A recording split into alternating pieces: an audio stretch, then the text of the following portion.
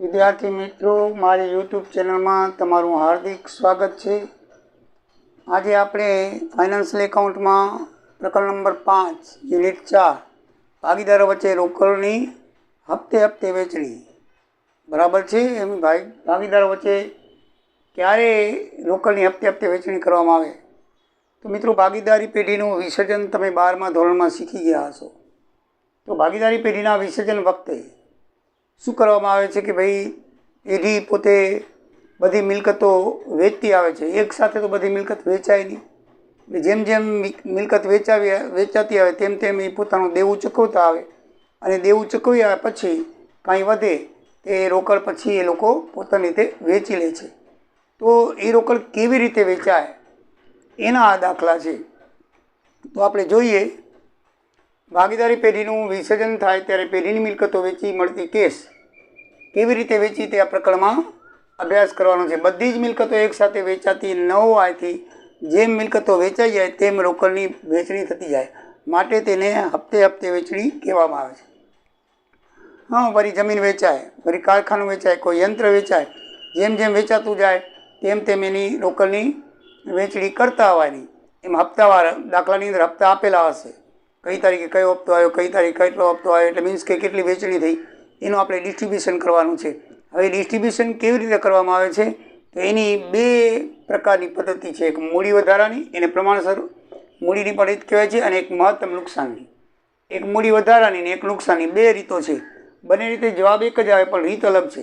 એટલે પરીક્ષાની અંદર તમને કોઈ રીત ન આપી તો તમને ગમે તે યોગ રીતે આ રીત ફાવે તો આ રીતે, અને આ રીત ફાવે તો આ રીતે. મહત્ત્વની મૂડી નુકસાનની ફાવે તો એ, અને મૂડી વધારાની ફાવે તો તે. ઘણાને આ ઇઝી લાગે મહત્તમ નુકસાન, ઘણાને આ ઇઝી લાગે. તમને હું બે રીતે શીખવાડીશ, તમને ઇઝી લાગે એ પ્રમાણે તમે કરી શકો છો. હવે એની અંદર ધ્યાન શું રાખવાનું છે જરાક આપણે જોઈ લઈએ. એમાં સૌથી પહેલાં વિસર્જન ખર્ચ. આમાં કોને પહેલાં ચૂકવવા એમ. સૌથી પ્રમાણ મિલકત વેચાઈ ગઈ તો ભાગીદારો પોતાના રાખી લે એમ નથી. ભાગીદારો પોતે ના રાખી શકે. વિસર્જન થઈ ગયું એટલે પહેલો કોનો હક લાગે, પછી કોનો હક લાગે, પછી કોનો હક લાગે, એ આપણે દાખલામાં જોવાનું છે. ને એ રીતે જ વેચણી કરવાની છે. તો સૌથી પહેલાં જો વિસર્જન ખર્ચ કરવાનું કીધું હોય, ભાગીદારી પેઢીની અંદર જે વિસર્જન કરીએ એટલે એને પ્રોક્સિટર નિમાય, અને એની શું કરે, એનું બધું સંચાલન કરી ભાગીદારી પેઢીને એક એક કરીને વેચતા આવે. અથવા એનું જે કોઈ ખર્ચ થાય, ધારો કે કોર્ટ દ્વારા નથી હોય ને પોતે પોતાની રીતે વિસર્જન કરી નાખે, તો એનું આપણે સ્ટેમ્પ ડ્યુટી છે, એવા બધા ખર્ચાઓ થાય, એ સરકારી ખર્ચાઓ, એટલે વિસર્જન ખર્ચ. આ જે વિસર્જન ખર્ચ છે ને એ પહેલાં બાદ કરવાનું. સૌથી પહેલાં વિસર્જન પહેલો હપ્તો આવે એટલે વિસર્જન ખર્ચ બાદ કરી દેવાનું, બરાબર છે. પછી બહારની વ્યક્તિના દેવાનો વારો હોય, કે બેંક લોન લીધી હોય, તમે તમારા લેણદારો હોય, બહારથી કોઈ વ્યક્તિ પાસેથી લોન લીધી હોય, ડિબેન્ચર હોલ્ડર હોય, તો એ પહેલાં આ બહારના દેવાદારો પહેલાં ચૂકી દેવાના. આ બધાનો ટર્ન બાય ટર્ન વારો હોય, બધાને પહેલાં વિસર્જન ખર્ચ, પછી બહારના દેવાદારો. એ તો દાખલો શીખવાડું એટલે તમને વધારે ખ્યાલ આવશે, પણ થોડીક આપણે સમજણ કેળવી લઈએ. તો એના પછી કોનો વારો થાય? ભાગીદારી પેઢીએ જો ભાગીદારી પેઢીને ભાગીદારો લોન આપીએ, જરૂર પડી હોય પૈસાની, કોઈ ભાગીદાર પૈસાવાળો હોય અને એને ભાગીદારીની પેઢીને લોન આપીએ તો એ લોન પછી એને આપવાની. એના પછી એનો વારો હોય ભાગીદારોની લોનનો. પછી આખરે બધું દેવું ચૂકવાઈ જાય પછી જે રકમ વધે ને એ રકમ ભાગીદારો પોતે વેચી શકે. ખોટ આવે તો ખોટ ભોગવવાની, ધ્યાન રાખજો. નફો આવે તો નફો વેચી લેવાનો, જે પ્રમાણે કીધું હતા મૂડીના પ્રમાણમાં, બરાબર છે. એટલે છેલ્લે જો રકમ વધે તો એ ભાગીદારો પેઢી વેચી લે. આની અંદર મૂડી પ્રમાણસર મૂડીમાં લગભગ ખોટ નહીં આવે, બાકી મહત્તમ નુકસાનમાં ખોટ આવે તો છેલ્લે ખોટ વેચી લેવાની. જેમ નફો વેચે એમ ખોટ છેલ્લે વેચી લેવાની, દાખલો થાય પૂરો, બરાબર છે. હવે તમે આ રીતે ગણો, મૂડી વધારાની પ્રમાણે ગણો, ત્યારે તમારે સૌથી મૂડી પરિબળ શોધવું પડે. મૂડી પર પરિબળ કેવી રીતે શોધવું પડે? તો એક એનું પત્રક બનાવવામાં આવે છે. હપ્તે રોકડ વાંચીનું પત્રક બનાવવાથી એ મૂડી પરિબળ મળે. અને મૂડી પરિબળનું સૂત્ર શું છે કે મૂડી ખાતાની બાકી ભાગ્યા નુકસાનનું પ્રમાણ. એ ટૂંકમાં મૂડી ભાગ્યા પ્રમાણ કરવાનું, મૂડી ભાગ્યા પ્રમાણ કરી દેવાનું. હવે દાખલાની અંદર અનામત ભંડોળ, નફા નુકસાન ખાતાની જમા બાકી, સામાન્ય અનામત, આ ત્રણ આપેલા હોય. તો સૌથી પહેલાં આપણે મૂડી લખવાની. આ વેચણી પત્રકમાં સૌથી ભાગીદારની મૂડી દાખલામાં આપીએ લખી નાખવાની. અને એની અંદર તમારે આ અનામત ભંડોળ છે, નફા નુકસાન જમા બાકી કે સામાન્ય અનામત, આ ત્રણમાંથી કોઈ આપેલું હોય તો મૂડીના પ્રમાણમાં વેચી અને મૂડીમાં એડ કરવાનું અને પછી હપ્તાની ગણતરી કરવાની. મૂડીમાં શું કરી દેવાનું? એડ કરી દેવાનું. અને જો રોકડ આપી હોય તો રોકડ શિલક છે એ પ્રથમ હપ્તામાં ઉમેરી નાખવાની. પ્રથમ હપ્તો લે એમાં રોકડ શિલક બેંક શિલક લખ્યો હોય કે રોકડ શિલક લખ્યો હોય એ પ્રથમ હપ્તાની નીચે લખી નાખવાનું વત્તા બેંક શિલક અથવા બેંક શિલક વત્તા હપ્તો એમ કરીને ટોટલ કેસ કરી નાખવાની. પછી આપણે વહેંચણી કરવાની. સમજાઈ ગયું? તો આમાં મૂડી ખાતાની બાકી ભાગ્યા પ્રમાણમાં આપણે પછી મૂડી પરિબળ કેવી રીતે રહેવાનું? તો સૌથી ઓછી મૂડી હોય ને એને આધાર ગણવાનો. કેવી રીતે આધાર ગણવાનું દાખલા શીખશું ત્યારે આપણે કરશું. સૌથી મૂડી ઓછી હોય એને આધાર ગણીને દાખલાની રકમ આગળ કરવાની.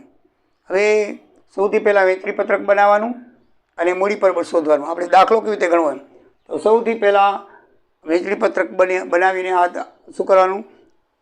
પરિબળ શોધવાનું, મૂડી પરિબળ શોધવાનું. સૌથી મૂડી ઓછી હોય એને આધાર લઈ અને ભાગીદારોની પ્રમાણસર મૂડી કાઢવાની. શું કાઢવાની? અને દરેક ભાગીદારોને દાખલામાં આપેલ મૂડી લખો અને તેમાં પ્રમાણસર મૂડી બાદ કરતા જાઓ. મૂડી લખીને પછી આપણે શું કરવાનું? પ્રમાણસર મૂડી બાદ કરવાનું.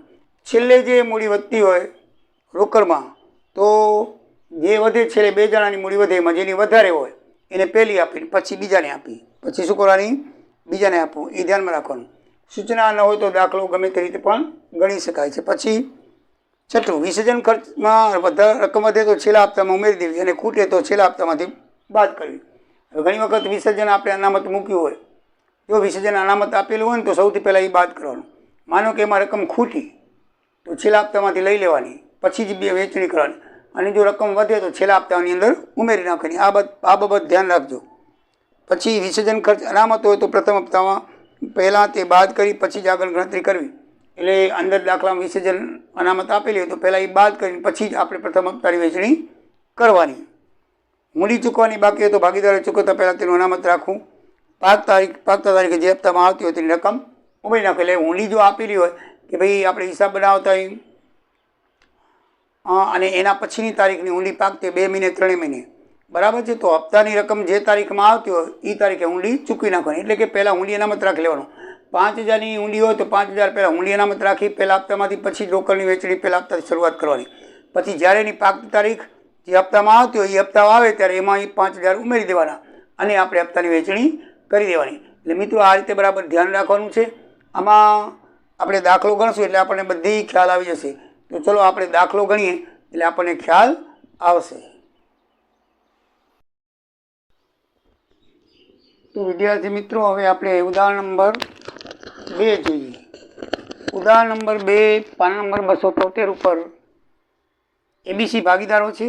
3:2:1 પ્રમાણમાં નફો નુકસાન વહેંચતા હતા. 3:2:1 પ્રમાણમાં 1/10/2010 વિસર્જન થયું ત્યારે પાકું સર્વે નીચે મુજબ છે. આ દાખલાની રકમ છે. શું છે? દાખલાની રકમ છે.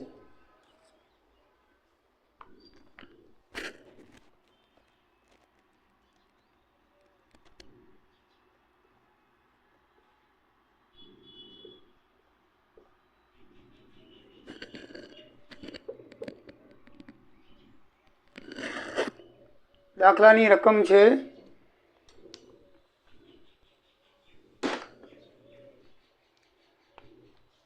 જવાબદારીઓ પાકું સર્વે છે. જવાબદારીઓ રકમ મિલકતને લેણ અને રકમ.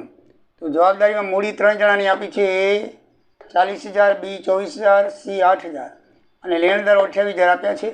મિલકતો 90,000ની અને રોકડ 10,000ની આપી છે. મિલકતો વેચતા 3 હપ્તા આવ્યા. પહેલો હપ્તો 16,000નો, બીજો હપ્તો 26,000નો, ત્રીજો હપ્તો 24,000નો છે. તો આ રકમો ભાગીદારી વચ્ચે હપ્તે હપ્તે વેચી બતાવો. આપણે આ દાખલાની રકમ છે અને આ બે એના જવાબ છે. બરાબર છે? તો દાખલાની રકમ આટલી છે. તો એ આપણે રીત નંબર 1 પ્રમાણસર મૂડી અથવા મૂડી વધારાની પદ્ધતિથી આ દાખલો આપણે ગણશું. બરાબર? આ એ રીતથી ગણેલો છે. તો સૌથી પહેલાં આપણે મૂડી પરિબળની ગણતરી કરવી પડે. તો મૂડી પરિબળનું આ પત્રક બનાવ્યું છે. એના ઉપરથી પછી આપણે હપ્તે હપ્તે વહેંચણી કરશું. સૌથી પહેલાં આ બનાવવાનું. તો પહેલાં શું કરવાનું? મૂડી પરિબળમાં કેવી રીતે કરવાનું બરાબર સમજી લો. ભાગીદારોની મૂડી કેટલી લખેલી છે? 4,000, 24,000 ને 8,000 લખી નાખવાની. 40,000, 24,000 ને 8,000. તેમનું પ્રમાણ 3:2:1. 3:2:1. હવે આમાં 3 મીંડા કોમન નીકળી જાય એટલે 40 રહે, આમાં 3 મીંડા નીકળી જાય એટલે 24 રહે, આમ 3 મીંડા 8 કોમન મીંડા કાઢી નાખવાના અને પછી પ્રમાણ વડે ભાગી નાખવાનું. 40 ભાગ્યા 3 એટલે 13.33, 24 ભાગ્યા 2 એટલે 12 અને 8 ભાગ્યા 1 એટલે 8. સમજી ગયા બરાબર કેવી રીતે કરવાનું? જે મૂડી ભાગ્યા પ્રમાણ, એનું પ્રમાણ શું છે? મૂડી ભાગ્યા પ્રમાણ. તો મૂડીને પ્રમાણ વડે આપણે ભાગવાની એટલે એ શું આવી જાય? મૂડી પરિબળ આવી જાય. આપણે સૂત્ર લખાયેલું છે કે મૂડી પરિબળ બરાબર મૂડી ભાગ્યા પ્રમાણ. તો મૂડી આ જે છે એમાંથી 3 મીંડા આના, 3 મીંડા આના, 3 મીંડા કોમન કાઢી નાખો. બાકી જે આંકડા વધે ને એને પ્રમાણ વડે ભાગતા જાઓ. 40 વધ્યા, 40 ભાગ્યા 3 33.33, 24 ભાગ્યા 2 12 અને 8 ભાગ્યા 1 એટલે 8. બરાબર છે. હવે તમારે ખરેખર મૂડી જે છે એ લખી નાખવાની બીજી વાર વળી પાછી આવ્યા. 40,000, 24,000, 8,000 બીજી વાર લખી નાખી. હવે મિત્રો સૌથી ઓછી મૂડી હોય એ લેતા જવાનું, વેચતા જવાનું. આ ત્રણમાં સૌથી ઓછી મૂડીને હંમેશા આધાર ગણવાનો. આધાર કેવી રીતે ગણવાનો શીખવાડું તમને, લખાયું હતું ને પ્રસ્તાવનામાં. તો આધાર સૌથી મૂડી 8,000 ગણવાનો, એને 1 ભાગે કરી નાખવાની. એટલે કે 8,000નો 1 ભાગ, કોઈ પણ રકમ હોય એને 1 ભાગે કરી નાખો, એને પ્રમાણ વડે ભાગી નાખો એટલે 1 ભાગે કરી નાખો. 8 ને 1 વડે ભાગી તો 8, અહીંયા 1 ભાગે કર્યું હોય તો 12 ભાગ્યા 2 એટલે 6. બરાબર. એવી રીતે આમાં 3 ભાગે કર્યું હોય તો એ પ્રમાણે. તો સૌથી ઓછી મૂડીને 1 ભાગે કરો એટલે 1 ભાગે 8,000 આવ્યા. તો 8,000ને જે ઓછી મૂડી આવે 1 ભાગે એને પ્રમાણ વડે ગુણતા જાઓ. બરાબર છે. તો 8 તેરી 24 અને 8 દુ 16 અને 8 એકું 8. સમજાઈ ગયું મેળું? પ્રમાણસર મૂડી બાદ કરવાની. શું કરવાની? પ્રમાણસર મૂડી બાદ કરવાની. પ્રમાણસર મૂડી કેવી રીતે આવી? તો મૂડી બળના આધારે આવી. કેવી રીતે આવી? મૂડી બળના આધારે આવી. બરાબર છે. તો હવે મૂડી બળને કેવી રીતે આપણે કરશું? આ જે પ્રમાણ આવ્યું છે એટલે આ મૂડી બળ ફક્ત આપણને શું જણાવે કે કોની ઓછી મૂડી આવી, કોની ઓછી મૂડી આવી. બરાબર છે. હવે શું કામ થાય જોઈ લઈએ. તો મૂડી પરિબળ ભાગ્યા મૂડી પરિબળ બરાબર મૂડી ભાગ્યા પ્રમાણ કરી લીધું. હવે આપણે ખરેખર મૂડી લખી લીધી. પછી આપણે જે 1 ભાગે જે ઓછી મૂડી છે એને લેવાનું. ઓછી મૂડી 8,000, એને 1 ભાગે કરી નાખવાની. તો 1 ભાગે 8,000 છે. હવે જે 8,000 છે એને બાકીના ભાગીદારોના પ્રમાણ વડે ગુણતા જાઓ. તો 8 તેરી 24,000, 8 દુ 16,000, 8 એકું 8,000. વળી પછી બંનેની બાદ બાકી કરવું. 40માંથી 24 ગયા 16, 24માંથી 16 ગયા 8 અને 8માંથી 8 ગયા 0. આમ એક પછી એક શૂન્ય થતો જશે. છેલ્લો ભાગીદાર જે ઓછી મૂડીવાળો હશે ને એ શૂન્ય થતો જશે. ઓછી મૂડીવાળો હશે એ શું થતો જશે? શૂન્ય થતો જશે બીજા સ્ટેપમાં. ન થાય તો પછી છેલ્લે 1 થશે. એવી રીતે એ એક એક શૂન્ય થતા જાય ને આપણે કરતા જવાનું. જો આ શૂન્ય થઈ ગયો, હવે આ શૂન્ય થશે. હવે વળી પછી આ બેની મૂડી લેવાની. આ બેમાં ઓછી કોની? તો 8,000. ધ્યાન રાખજો. એક વારની ઓછી, એક વારની મૂડી તમે બાદ કર્યા પછી બીજી વાર નહીં કરવાની. શું કરવાની? જ્યાં સુધી આ શૂન્ય ન થાય, 1 જાણો શૂન્ય ન થાય ત્યાં સુધી કરતે જવાનું. છેલ્લે 1 જાણો, 2 જાણ, 3 ભાગીદારો તો 2 શૂન્ય થવા જોઈએ. બરાબર છે. વધારે 3 આપશે, 2 ભાગીદાર તો 1 ભાગે શૂન્ય થવું જોઈએ. આપણે તમને એમ થાય કે ક્યાં સુધી ગણતરી કરી? તો જ્યાં સુધી 1 ભાગીદારની મૂડી ના આવે ત્યાં સુધી. અહીંયા આપણને જો 2 ભાગીદારની આવી તો હજી 1 ભાગીદારને લઈ આવવા માટે 2 ભાગીદાર તો વળી પાછી ઓછી મૂડીનું પ્રમાણ કરો 8,000. એને ભાગી એના પ્રમાણે ભાગો 1 ભાગે કરો. 8,000ના 2 પ્રમાણ છે તો 1 ભાગે 4,000 આવે. આમાં 8,000નું 1 ભાગે હતું તો 8,000 ભાગ આવ્યા હતા. આમાં 8,000નું 2 પ્રમાણ છે. પ્રમાણ વડે ભાગી નાખો એટલે 1 ભાગે આવી જાય. પ્રમાણ વડે ભાગવા એટલે કે જે મૂડી હોય એના પ્રમાણ વડે ભાગવા એટલે એ શું થાય? ઓછી મૂડી 1 ભાગ થાય. તો આપણે 8,000 આવ્યા, 2 વડે ભાગી તો ઓછી મૂડી 4,000 થઈ. કેટલી થઈ? 4,000. વળી પાછા એના ભાગ વડે ગુણો. 4 તેરી 12,000, 4 દુ 8,000. બરાબર છે. તો આ તો શૂન્ય છે. હવે આ પણ શૂન્ય થઈ ગઈ. બસ આ 16માંથી 12 ગયા એટલે 4. તો આ એનો મૂડી વધારો આવ્યો. છેલ્લે 1 ભાગીદારનો મૂડી વધારો આવે. સમજાઈ ગયું? અને 2 સ્ટેપ સુધી ચૂકવણી કરવાની. પહેલું આ અને બીજું આ. આગળ નહીં. આ 2 સ્ટેપ હતી ચૂકવણી થઈ જાય પછી પૂરું. છેલ્લું શૂન્ય આવી જાય એટલે પૂરું. હવે તમે ફરીથી સમજાવું કે પ્રમાણમાં નફા નુકસાનનું પ્રમાણ કાઢ્યા પછી મૂડી પરિબળ કાઢવાનું. શું કાઢવાનું? મૂડી પરિબળ. તો મૂડી પરિબળમાં કોની મૂડી ઓછી છે? આ પરિબળ 8. બસ આ શું કામ આવે? આપણે કોનું ઓછું છે એ કામ આવે. આમાં 8 મૂડી પર ઓછું છે. તો જેનું મૂડી પરિબળ ઓછું હોય એને આપણે આધાર તરીકે લેવાનું. તો આપણે સીને આધાર તરીકે લેશું. તો સીને આધાર તરીકે લેવો એટલે કે સીની રકમને એના પ્રમાણ વડે ભાગો એટલે 1 ભાગે આવે. સીની રકમ 1 જ છે. 8000 1 ભાગો એટલે 8000 આવશે. હવે એ 8000 આવે એને તમે બાકીના ભાગીદારોનો જે નફા નુકસાનનું પ્રમાણ છે એને ગુણતા જાઓ, મૂડી લખતા જાઓ. 8 દુ પહેલી અહીંયાથી 8 તેરી 24, 8 દુ 16 અને 8 એકું 8 થઈ ગયું. હવે કરો બાદ બાકી. 40માંથી 24 16, 24માંથી 16 8, 8માંથી 0.